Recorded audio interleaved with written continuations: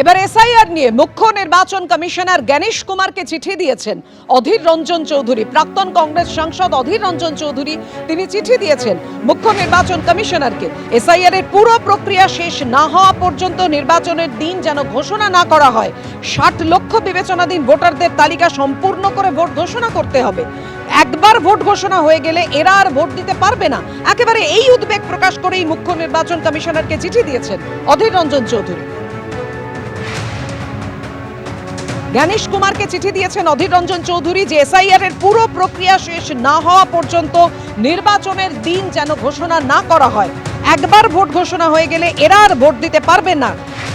এরা বলতে তিনি 60 লক্ষ বিবেচনাধীন ভোটারদের বুঝিয়েছেন যে 60 লক্ষ ভোটার যারা বিবেচনাধীনের তালিকায় রয়েছেন সেই তালিকা যেন আগে সম্পূর্ণ করা হয়, সেই প্রক্রিয়া যেন সম্পূর্ণ করা হয়, তারপর যেন ভোট ঘোষণা করা হয়।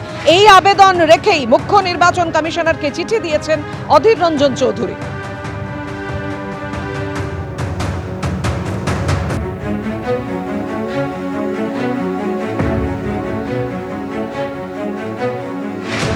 গতকাল এসআইআর নিয়ে কি বলেছেন অধীর রঞ্জন চৌধুরী দেখাবো।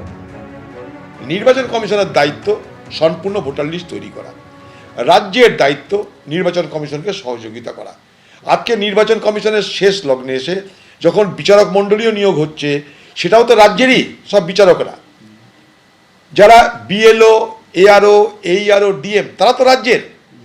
তারা যদি সবাই সহযোগিতা করে নির্বাচন কমিশনকে, আর নির্বাচন কমিশন যদি মনে করে না আমি প্রত্যেকটা ভোটারকে আমি ভোট দেওয়ার সুযোগ করে দেব, তাহলে আগামী নির্বাচন দেরি করা উচিত।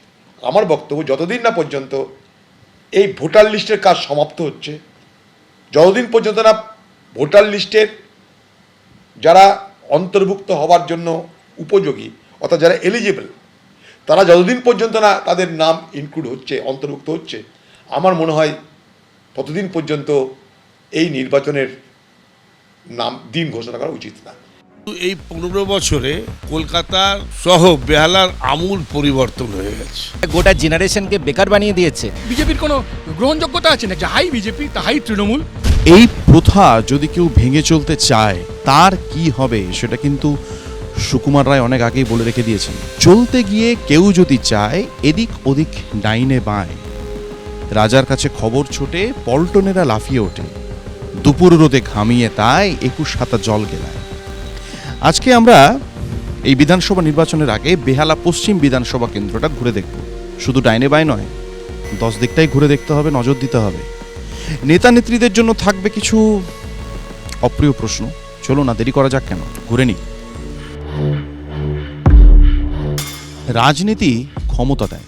রাজনীতিকরা প্রশাসনে গিয়ে নিজেদেরকে ক্ষমতার বাহক হিসেবে মনে করতে পারেন, আবার কেউ কেউ নিজেদেরকে ক্ষমতার সমর্থক হিসেবে ধরতে পারেন। তৃণমূলের সবচেয়ে বড় অপরাধ হচ্ছে বাংলায় একটা সাম্প্রদায়িক পার্টিকে জায়গা করে দেওয়া। টিএমসি আর সিপিএম তারা তো একই জোটের শরিক, হিন্দি জোটের শরিক। তবে ক্ষমতার কুর্সি নিজের ইচ্ছে মতো জনতাকে চালানোর ইচ্ছে যে লালন করে সে বিষয়ে কিন্তু কোনো সন্দেহ নেই। জামিনে মুক্তি পেয়েই পার্থ চট্টোপাধ্যায় মন্তব্য করেছিলেন ভোটে দুর্নীতি কোনো ফ্যাক্টর নয়। এটাই কি এখন বাস্তব? দল দুর্নীতি করছে না, করছে ব্যক্তি। সে ব্যক্তি যেই হোক, যে দলেরই হোক, তার শাস্তি হওয়া উচিত। এটা তো একটা পুরো পশ্চিমবঙ্গ জুড়ে একটা অর্গানাইজ মাফিয়া চালিয়েছে, এই চাকরি একটা র্যাকেট চলেছে। সেখানে তৃণমূলের বিভিন্ন স্তরের নেতারা যুক্ত। বিধায়কের জেল হলো, আবার বিধায়কের ধাইকিরিকিরি জামিন হয়ে গেল। সিবিআই এখনো চার্জশিট দিতে পারছেন। মানুষ বুঝতে পেরেছে যে সিবিআই ইডি মানে হচ্ছে টম অ্যান্ড জেরি, ইঁদুর দৌড়। সকালবেলা ইঁদুর দৌড়চ্ছে, বেড়াল দৌড়চ্ছে। আপনাদের যে বিধায়ক তার কাছ থেকে কি আশা করেন? ওই চুরি ছাড়া কিছু আশা করি না। তাহলে তো এবারে অবশ্যই পরিবর্তন হওয়া দরকার। আমাদের দলে যে বা যারা করেছে তারা শাস্তি পেয়েছে, তারা আমাদের দলের সাথে নেই। তাদের সর্বোচ্চ নেতৃত্ব থেকে শুরু করে তাদের একদম সেখানে তাদের এমএলএরাও যুক্ত, তাদের মন্ত্রীরা যুক্ত, বিভিন্ন বোর্ডের যারা আধিকারিক তারাও যুক্ত। আমি শুধু পার্থ চ্যাটার্জিকে দোষ দিচ্ছি না। এ টাকা শুধু পার্থ চ্যাটার্জির টাকা নয়, এ টাকা পিসি ভাইপো প্রাইভেট লিমিটেড কোম্পানির টাকা। পশ্চিম বেহালা বিধানসভা কেন্দ্রে গতবারের বিধানসভা নির্বাচনে বিধায়ক নির্বাচন হয়েছিলেন পার্থ চট্টোপাধ্যায়। তিনি ছিলেন আমাদের শিক্ষামন্ত্রী এবং তৃণমূলের মহাসচিব।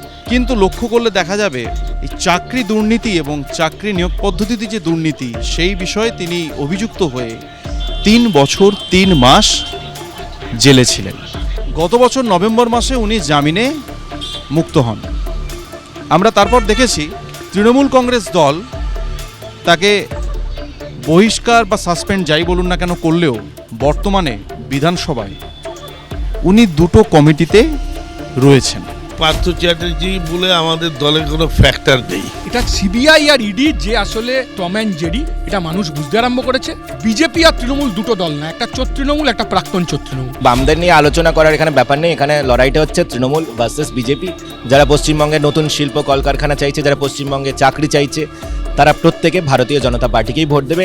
আচ্ছা, ক্ষোভ কি শুধু প্রতিকূলের মধ্যেই মনের মধ্যেই জমেছে, নাকি প্রবীণ বাম নেতৃত্বের সঙ্গে তরুণ প্রজন্মের ভাবনা ও কর্মপন্থার মতবিরোধ আরো বাড়ছে?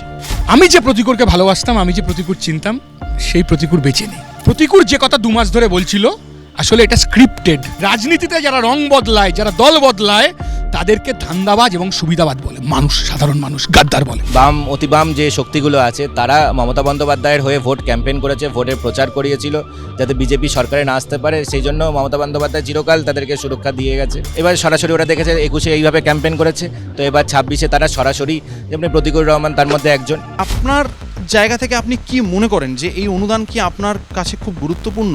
দিদির কাছ থেকে এই টাকাটা পেয়ে আমরা প্রচুর অনেক উপকৃত হয়েছি, অনেক সুবিধা হয়েছে। যারা দল করে তারা মিডল ক্লাস, যাদের দরকার নেই তারাও পায়, আর যাদের প্রয়োজন আছে, বস্তি অঞ্চলে থাকে, অন্যের বাড়ি কাজ করেন, গৃহসহায়িকা দরকার প্রয়োজন, তারা পায় না, যেহেতু তারা তৃণমূলের ঝান্ডাটা নিয়ে রাস্তায় হাঁটে না। আমরা তো প্রচন্ড উপকৃত হয়েছি। আপনি এখানে বেহালায় থাকেন, এখানে নারী সুরক্ষার বিষয়ে আপনি কি বলবেন? আমাদের কখনো কোনো প্রবলেম হয়নি, কোনো অসুবিধা হয়নি, আমরা নির্দ্বিধায় আমরা এখান থেকে চলি। আমরা যখন তখন রাতে বেরোতে পারি, কোনো আমাদের অসুবিধা হয়নি কোনোদিন। গত 15 বছর ধরে প্রায় 6,688টা কোম্পানি পশ্চিমবঙ্গ ছেড়ে অন্য রাজ্যে চলে গেছে। সরকারি পরিসংখ্যান অনুযায়ী 55 লক্ষ পশ্চিমবঙ্গবাসী তারা আজকে পরিযায়ী হয়ে যেতে বাধ্য হয়েছে চাকরির জন্য। পশ্চিমবঙ্গের মুখ্যমন্ত্রী একটা মানুষ যে গরিব মানুষের কথা ভাবতে পেরেছে, এবং 100টা কর্মসূচি এই রাজ্য সরকারের চলে, যে কর্মসূচিগুলো সরাসরি মানুষ উপকৃত হয়। প্রতিদিন রুটি রুজি, কর্মসংস্থান, কাজ, চাকরি, এই সমস্ত ক্ষেত্রে বাংলা এবং দেশ মানুষ পেছনের দিকে এগিয়ে যাচ্ছে। আমাদের আগে যে বেহালা ছিল তার থেকে অনেক উন্নয়ন হয়েছে।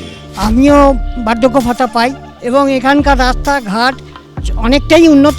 সব কিছু অ্যাভেল করতে পারছি। আগে বিগত সরকার তো কিছুই করেনি, বর্তমান সরকার অনেক কিছু করেছে। আমার মুখ্যমন্ত্রীকে আমি ধন্যবাদ দেব। যে বেহালায় বোমের আওয়াজ না শুনলে ঘুম হতো না, আজকে কোনো পটকার আওয়াজ পাবেন না। লোকে ঘর বাড়ি করলে টাকা দিতে বাধ্য থাকতো। এখানে কোনো জায়গায় কেউ বলতে পারবে না কারো কাছ থেকে কেউ টাকা তোলে। ওরা 2021 সালের ভোট করেছে সিএএনআরসি কে সামনে রেখে, ওরা 2026 সালের ভোট করছে এসআইআর কে সামনে রেখে। আমরা বলছি কাজ, চাকরি, দুর্নীতি, কর্মসংস্থান, রুটি রুজি, কাজের ব্যবস্থা করতে হবে। একটাই পথ, সেটা হচ্ছে বাম পথ, বিকল্প আর অন্য কোনো পথ। পশ্চিম বেহালার মানুষরা কি বলছে, উপলব্ধি আর প্রাপ্তি তা তো ভবিষ্যৎ মেলাবে। আপনারা দেখতে থাকুন তারকার চোখে তারকা কেন্দ্র, আর চোখ রাখুন এবিপি আনন্দে।